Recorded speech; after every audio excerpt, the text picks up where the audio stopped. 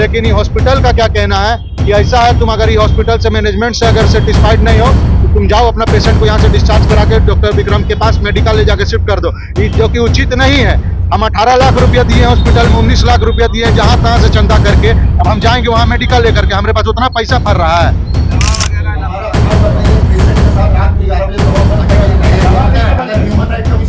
क्या होगा?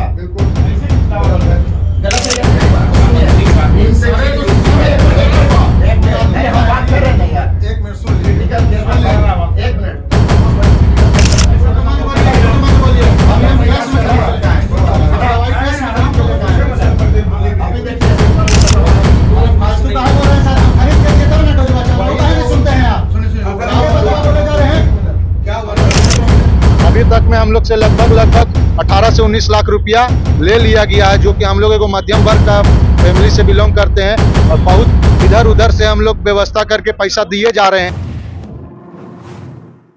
डॉक्टर्स को हम इस जमीन पर भगवान के रूप में मानते हैं, और भगवान कहाँ निवास करते हैं तो आप कहेंगे कि मंदिरों में, मस्जिदों में या फिर अन्य धर्म स्थलों में निवास करते हैं। तो इसी प्रकार से हम इस बिल्डिंग को भी एक धर्म स्थान, प्रार्थनालय, मंदिर, मस्जिद के रूप में देख सकते हैं, क्योंकि यहाँ पे भगवान रूपी डॉक्टर्स जो है वह रहते हैं, और भगवान जो होते हैं वह अपने भक्तों की सुनते हैं। उसी तरीके से डॉक्टर्स जो है वह अपने मरीजों का इलाज करते हैं, वह भी बिना किसी प्रकार के फायदे के। लेकिन अगर फायदे की बात हो जाए तो इस तरह के कॉरपोरेट अस्पताल या फिर कॉरपोरेट प्रार्थनालय भी नहीं कहा जा सकता है, वह इसलिए क्योंकि ये सभी जो है अब उगाही का केंद्र बनता जा रहा है। ये सब पहले की बात हुआ करती थी कि डॉक्टर्स भगवान होते हैं, अस्पताल प्रार्थनालय हुआ करते हैं, लेकिन अब जो है इनका काम सिर्फ और सिर्फ उगाही करना है। आप हमारे साथ में कुछ लोग को देख रहे होंगे, इनके एक रिश्तेदार, इनके एक मरीज को यहाँ पे एडमिट करवाया गया है, और इनसे अब तक काफी लंबी चौड़ी राशि जो है वह खींच ली गई है, और उसे हम बेशक कह सकते हैं कि वह उगाही के रूप में खींच ली गई है। उगाही इसलिए कह रहे हैं क्योंकि अगर आप किसी काम के लिए किसी को पैसे दे देते हैं, आपके काम हो जाते हैं, तब फिर वह फीस के रूप में कही जाती है। लेकिन अगर काम भी ना हो और आपसे अगर पैसे ले ले तो वह यह कहा जा सकता है कि 420 की गई आपके साथ में, या फिर उगाही की गई है। क्या कुछ मामला है, इनसे ही जानेंगे। नाम क्या है आपका? मेरा नाम निखिल शर्मा। क्या मामला हुआ है निखिल? यहाँ हमारी पिछला 1 महीना 10 दिन पहले मेरी माता का ब्रेन हेमरेज हो गया था, जो कि हम विक्रम सिंह डॉक्टर हैं, न्यूरो के सर्जन हैं, उनसे हम कंसल्ट करके अपनी माता का यहाँ पे सर्जरी करवाएं। ठीक है, तो जब हम यहाँ सर्जरी करवाएं तो हम तो यही सोच के करवाए थे कि यहाँ बेहतर से बेहतर इलाज दिया जाएगा, और हॉस्पिटल के द्वारा हमसे जो भी माने कि हम लोग को जो उचित माने कि ट्रीटमेंट चाहिए वो हम लोग को उपलब्ध कराया जाएगा। लेकिन हॉस्पिटल में इस सब चीज का विपरीत काम हो रहा है। जो डॉक्टर मेरा सर्जरी किए वो डॉक्टर को यहाँ से हटा दिया गया। तो डॉक्टर से हम लोग बराबर कंसल्ट में हैं, डॉक्टर हमारे कंसल्ट में रहते हैं। वो डॉक्टर को यहाँ पे एंट्री देने से मना कर दिया गया। मना कर दिया? वो आपसी मैनेजमेंट का कोई विवाद है, उससे हम लोग का मतलब है। हम लोग तो विक्रम सर से आए ट्रीटमेंट कराएं, तो विक्रमे सर से ना ट्रीटमेंट कराएंगे। अब उसके जगह बोलिए कभी हेमंत आल्डा आएंगे आपका ट्रीटमेंट करेंगे, कभी दीपक आएगा, डॉक्टर दीपक, वो आपका ट्रीटमेंट करेगा। तो जब उचित नहीं, सब्जी मंडी नहीं है जो बार आया है ट्रीटमेंट के लिए, आप उनसे सेटिस्फाइड है? नहीं है। विक्रम सर जो थे उनके बराबर कोई डॉक्टर नहीं है। ये सब जो डॉक्टर आते हैं, डॉक्टर आके इलाजो नहीं करते हैं, गेटे से पूछते कैसे हैं जी, ठीक है, बस जा रहे हैं। बस यही बात का हम लोग से पैसा लिया जा रहा है, और कोई भी चीज का यहाँ पे उचित इलाज नहीं किया जा रहा है। इनसे इलाज चल रहा है पिछले 1 महीना 8 दिन से। हम लोग पिछला महीना 17 तारीख को एडमिट कराए थे। अभी तक में हम लोग से लगभग 18 से 19 लाख रुपया ले लिया गया है, जो कि हम लोग एक मध्यम वर्ग का फैमिली से बिलोंग करते हैं, और बहुत इधर उधर से हम लोग व्यवस्था करके पैसा दिए जा रहे हैं कि हम लोग पेशेंट के साथ कोई भी दिक्कत नहीं हो। लेकिन हॉस्पिटल मैनेजमेंट उसको ये चीज नहीं सोच रहा। हॉस्पिटल मैनेजमेंट को बस ये है कि आपके पास जितना आप हमको ला करके दे दीजिए। 1 महीना 8 दिन से इलाज करवा रहे हैं, तो अब क्या परेशानी हो गई? अब परेशानी ये हो गया है, परेशानी अब हमारे साथ ये है कि हमारी मदर का जो न्यूरो का जो सर्जन थे, उनको ये चीज पता होगा कि काहे मेरी मदर को फीवर आ रहा है। पिछले 15 दिन से मेरी मम्मी को कंटिन्यूअस फीवर रह रहा है, 8 घंटा 10 घंटा, जो कि न्यूरो पेशेंट का जिसका सर्जरी होता है उसके साथ होना ठीक नहीं है। आज ये हॉस्पिटल का लड़ाई के चक्कर में आज हमारा तो पेशेंट फंस गया ना। तो आप लोगों ने यहाँ पे वार्ता किया है? यहाँ पे हम लोग हॉस्पिटल मैनेजमेंट से पिछले 10-15 दिन से कंटिन्यूअस माने कि इनसे रिक्वेस्ट कर रहे हैं कि हमको डॉक्टर उपलब्ध कराइए, और जो डॉक्टर हमारे मदर का सर्जरी किए हैं वो डॉक्टर को हमको यहाँ पर उपलब्ध करा के मेरी माता का यहाँ पे उसका उचित माने जो इलाज होना चाहिए वो इलाज कीजिए। लेकिन ये हॉस्पिटल मैनेजमेंट का कहना है कि ऐसा नहीं है, आज से हम 3 दिन पहले को डॉक्टर यहाँ पे एक ठो कोई एजीएम बोल करके हृदय लक्ष्मण बोल करके कि यहाँ पे कोई मैनेजमेंट का कोई आदमी है, उसको हम फोन करके पर्सनली बोले कि भैया ऐसा है कि हमारे मदर को डॉक्टर विक्रम सिंह से इलाज करवा दीजिए, जो है उसका जो आपका फीस चार्ज कीजिएगा उसको हम लोग देने में कहीं पीछे नहीं हटेंगे। पैसा देना हम लोग का समस्या, कहाँ से देना है नहीं देना है हम लोग कहीं भी पीछे नहीं हटेंगे। लेकिन ये हॉस्पिटल का क्या कहना है कि ऐसा है, तुम अगर ये हॉस्पिटल से मैनेजमेंट से अगर सेटिस्फाइड नहीं हो तो तुम जाओ अपना पेशेंट को यहाँ से डिस्चार्ज करा के डॉक्टर विक्रम के पास मेडिकल ले जाके शिफ्ट कर दो, ये जो कि उचित नहीं है। हम 18 लाख रुपया दिए हॉस्पिटल में, 19 लाख रुपया दिए जहां तहां से चंदा करके, अब हम जाएंगे वहां मेडिकल लेकर के, हमारे पास उतना पैसा फर रहा है। दवा वगैरह लापरवाही का भी कुछ बहुत लापरवाही है। पिछले 3-4 दिन से मेरी मदर का यहाँ स्टिच खुल गया था जिससे ना पानी निकल रहा था, और हॉस्पिटल मैनेजमेंट का ना तो डॉक्टर आल्डा देख रहे हैं उसको, हेमंत आल्डा भी उस चीज को नहीं देख रहे हैं और डॉक्टर दीपक भी उस चीज को नहीं देख रहे हैं। पिछले 2 दिन पहले हम कंप्लेन किए गो कि एक फिजियोथेरेपिस्ट आई, बोली कि यहाँ पे नर्स भी अवेलेबल नहीं थी, तो हमको उठाना पड़ा मेरी मदर को। तो हम देखे कि उसका माथा गीला है, तो हम उसको पूछे भी नर्स को बुला करके कि ऐसा काहे गीला है, तो बोला कि कोई दिक्कत नहीं, पसीना है। फिर दोबारा 2-3 घंटा बाद वैसे ही हम लोग बेडशीट चेंज करवा करके फिर से बेडशीट गीला हो गया। जब हम लोग यहाँ पे उसको डॉक्टर दीपक आए, उनको हम दिखाएं, तो बोले कि इनका माथा से स्टिच खुल गया है और उसी से पानी निकल रहा है, इसको हम लोग को इमीडिएट ऑपरेट करना होगा। डॉक्टर हेमंत आल्डा से भी बात हुआ, डॉक्टर विक्रम सिंह बोले थे कि आप लोग स्टिचिंग कर दीजिए अगर कर सकते हैं। तो ये लोग बोले कि ठीक है हम इसको स्टिचिंग करेंगे, लेकिन क्या हुआ कि 2 दिन कल स्टिचिंग करने का था, ये लोग क्या किए, डॉक्टर तो नहीं आए और ओटी स्टाफ के भरोसे छोड़ दिए हमारे पेशेंट को, जिनका न्यूरो का सर्जन हुआ, माथा में हड्डी नहीं है उनका, जो कि एकदम क्रिटिकल कंडीशन है, उनको ओटी स्टाफ के भरोसे छोड़ दिए कि तुम लोग जाकर के इनका माने कि स्टिचिंग कर दो, जो चीज अनुचित है। डॉक्टर का पैसा लिया जा रहा है और स्टाफ के द्वारा जो जो अधूरा ज्ञान का स्टाफ है उनसे इलाज करवाया जा रहा है। हम लोग यहाँ पे बेहतर इलाज के लिए हैं, ना कि अधूरा ज्ञान का स्टाफ माने कि इलाज कराने के लिए।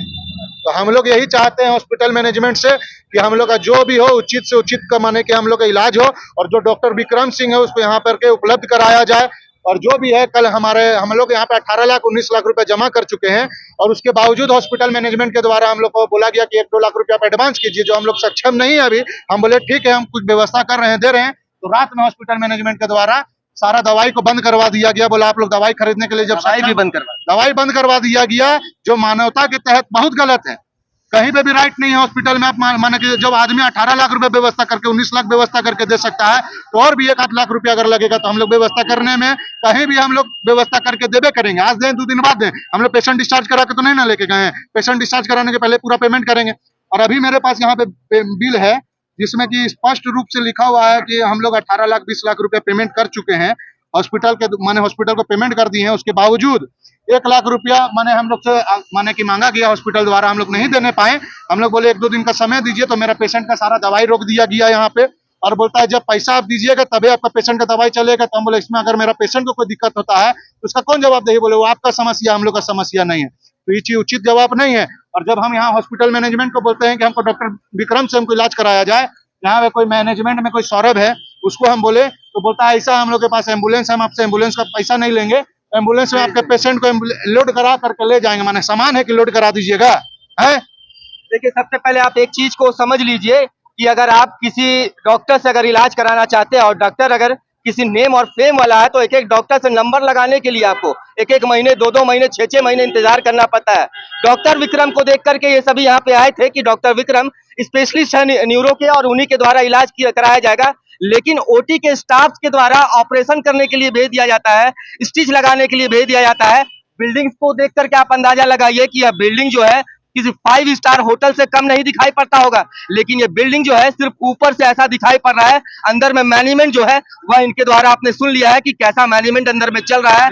ना डॉक्टर्स का पता है ना कुछ भी पता है। और क्या कह रहे हैं बताइए। और सिर्फ हमारे ही साथ नहीं, ऐसा यहाँ बहुत सारा मरीज आता है जिसको पैसा का अभाव है, हॉस्पिटल में ओटी में ले जाता है उनको ऑपरेशन करने के लिए, और अगर बोल देता है कि 2 लाख रुपए जमा करो, अगला लोग 1.5 लाख व्यवस्था करके जमा कर देता है, तो बोलता है डॉक्टर का हाथ नहीं काम कर रहा है, ऑपरेशन नहीं किया जाएगा। जब तक आप पूरा पैसा नहीं दीजिएगा तो ओटी में ही जो क्रिटिकल कंडीशन में पेशेंट है उनको 3-3 घंटा 4-4 घंटा बोल देता है उनका अटेंडेंट को कि पैसा नहीं जमा कीजिएगा तो डॉक्टर का हाथ नहीं काम करेगा, तो ऑपरेशन नहीं होगा। अगर कुछ हो जाता है आपका पेशेंट को तो उसका जवाबदेही आप लोग है, हॉस्पिटल मैनेजमेंट नहीं है।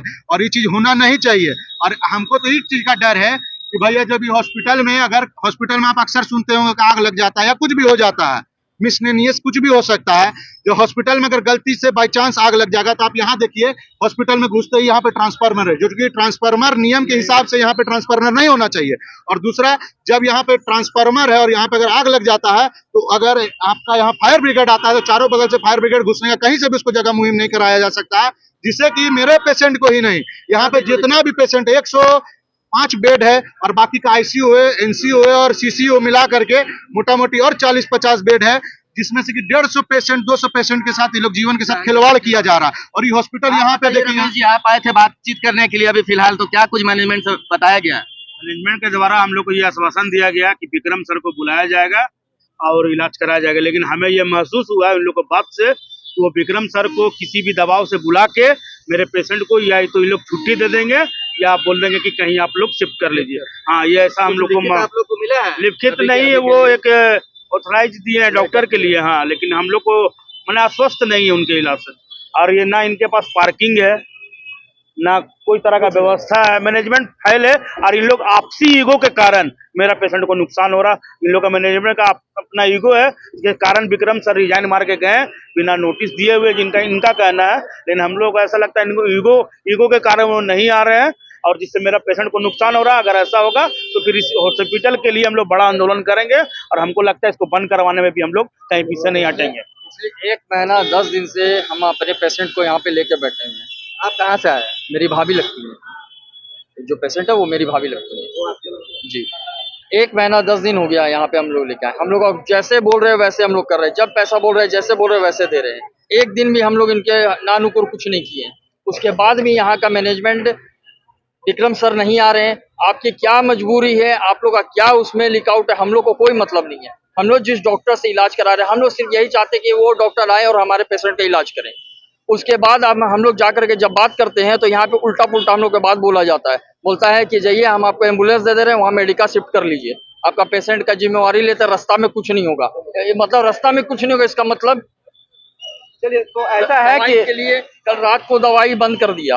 दवाई के लिए बोलने गए तो बोलता पैसा जमा करिए तब आपको दवाई देंगे। ये कोई जायज बात है? हम आज सुबह हम अपना पेशेंट को अपने से खरीद के दवाई हम पेशेंट को दिए। तो ऐसा है, गुड मॉर्निंग रांची न्यूज के माध्यम से एक बड़ा सवाल यहाँ के स्वास्थ्य सिस्टम पर भी है। स्वास्थ्य मंत्री बन्ना गुप्ता जो लगातार स्वास्थ्य के क्षेत्र में विकास का ढिंढोरा पीटते हैं और कहते हैं कि झारखंड की स्वास्थ्य व्यवस्था सुधरी है, सरकार इसमें सजग है, लेकिन यह उदाहरण आपके सामने में है। मरीज के साथ में किस तरीके से खिलवाड़ किया जा रहा है। 18-19 लाख रुपए पहले वसूल लिए जाते हैं, उसके बाद मरीज का दवाई भी बंद कर दिया जाता है। ओटी स्टाफ को स्टिचिंग के लिए भेज दिया जाता है। परिजन जो है वह बेहाल है। स्वास्थ्य मंत्री बन्ना गुप्ता से आग्रह होगा कि वह इस ओर ध्यान दे और इस अस्पताल के ऊपर में संज्ञान ले। कई ऐसे सिस्टम्स हैं जो यहाँ पे ठीक नहीं है। जैसे आप देख सकते हैं कि सामने में अस्पताल के गेट पर यहाँ पे ट्रांसफार्मर है। अगर किसी तरीके से आग लग जाती है या किसी तरह का दिक्कत हो जाता है तो फिर फायर ब्रिगेड कैसे अंदर जाएगा। ऊपर से पार्किंग की व्यवस्था भी नहीं है। आप इस सड़क पर अगर चारों ओर घूम लेंगे तो आपको अस्पताल के चारों ओर, सामने वाली गली में, बगल वाली गली में, इस रोड में, हर ओर में आपको गाड़ियां खड़ी दिखाई पड़ेंगी। इतने बड़े बिल्डिंग को बनाने में जो सिस्टम, जो नियम कानून है, जो विधि व्यवस्था है, उस चीज के खिलाफ जाकर के यह अस्पताल जो है चलाया जा रहा है। ये सारी चीजें जो है, आप इंफ्रास्ट्रक्चर देख सकते हैं कि किस तरीके से चलाया जा रहा है। 150 मरीजों की यहाँ पे व्यवस्था है। अगर किसी तरह की दुर्घटना होती है तो इसका जिम्मेवार कौन होगा। इसलिए आग्रह है कि इस वीडियो पर ध्यान दिया जाए। स्वास्थ्य मंत्री बन्ना गुप्ता से, मुख्यमंत्री हेमंत सोरेन से भी अपील होगा कि परिजन अगर इसी तरीके से परेशान रहेंगे तो वो लोग आपको ही कोसेंगे। धन्यवाद।